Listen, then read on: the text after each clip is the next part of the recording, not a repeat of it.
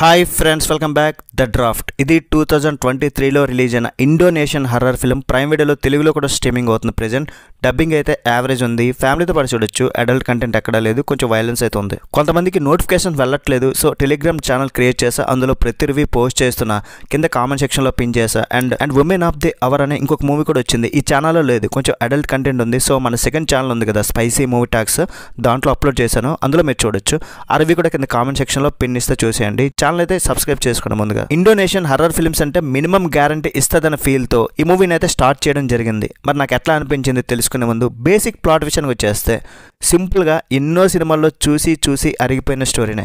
కొంతమంది group of friends ఉంటారు, picnic వెళ్తారు ఎంజాయ్ చేద్దామని. వాళ్ళు ఒక విల్లాలోకి ఎంటర్ అవుతారు. అక్కడ ఏముంది, ఏం జరుగుతుంది, ఇదే మీరు మూవీలో చూస్తారు. మరి మూవీ నాకు ఎట్లా అనిపించిందంటే మాత్రం, మనం కొన్ని సినిమాలు చూస్తుంటాం కదా, కొంతమంది కాలేజ్ ఫ్రెండ్స్ ఏదో టైం పాస్ కోసం లేదా యూట్యూబ్ వ్లాగ్స్ కోసం ఏదో హంటెడ్ హౌస్లోకి వెళ్ళి అక్కడ వీడియోస్ షూట్ చేస్తుంటారు కదా. సో ఈ మూవీ కూడా నాకు అట్లానే అనిపించింది. సినిమాకి తక్కువ, షార్ట్ ఫిల్మ్కి ఎక్కువ భయ్యా. సినిమా అయితే నాకు అస్సలు నచ్చలే. ఇంకా రన్ టైం కూడా 1:15 మాత్రమే ఉంది. ఎంజాయ్ చేయలేకపోయాను. ఏం థ్రిల్లింగ్ లేదు. ఆ ప్లేస్లోకి వెళ్తారు, ఒక్కొక్కరు చూస్తుంటారు, వారిని ఎవరు చంపుతారు అదే మనం చూడాలి. కాకపోతే ఇక్కడ దెయ్యం లేదు, భూతం లేదు. క్లైమాక్స్లో జాంబీస్ వస్తాయి. ఈ సస్పెన్స్ కూడా నేను ఇక్కడ చెప్పేసాను అనుకోకండి, ట్రైలర్లోనే చూపించారు, కాకపోతే చూసుకోండి. ఇంకేమో సస్పెన్స్ ఉంటుంది, వాటితో యాక్షన్ ఉంటుంది. ఒక 10 నిమిషాలు అయిపోద్ది అంతే. హర్రర్ ఫిల్మ్ అంటే కొంచెం సస్పెన్స్, థ్రిల్స్ ఉండాలి, హర్రర్ ఉండాలి. ఇందులో చనిపోయిన వాళ్ళు జస్ట్ చనిపోతుంటారు, పోనీ వాళ్ళు చంపే సీన్స్ కూడా చూపిస్తారంటే అది లేదు.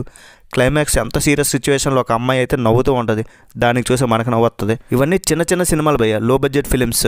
ఫస్ట్ హాఫ్ అంతా ప్లేస్లోకి వెళ్తారు, డిఫరెంట్గా ఫీల్ అవుతుంటారు, ఇక్కడ ఏదో ఉందనుకుంటారు. రిమైనింగ్ ఎన్నో సినిమాలు చూసినట్లుగానే ఒక పాడుబడ్డ బావి ఇలా రొటీన్గా సాగింది సినిమా. అండ్ టెక్నికల్ క్వాలిటీస్ కూడా ఏం బాగోలేవు, యావరేజ్గా ఉన్నాయి. లో బడ్జెట్తో తీశారని ఈజీగా అర్థమైపోద్ది. ఏదో టైంపాస్ కోసం తీశారనిపించింది. యాక్టర్స్ పర్ఫార్మెన్సెస్ కూడా సోసోగా ఉన్నాయి. అంటే వాళ్ళ లాంగ్వేజ్లో ఎట్లా ఉంటుందో మరి తెలియదు, కానీ డబ్బింగ్ అంత పర్ఫెక్ట్గా లేదు. సో మరి ఇది కథ. మరి ఓవరాల్ రేటింగ్ ఎంత ఇస్తారంటే మూవీకి 2/5. That's it guys. రివ్యూ నచ్చితే ఒక లైక్ వేసుకొని చాలు. నెక్స్ట్ వీడియో మళ్ళీ కలుద్దాం. బై అండ్ జై హింద్.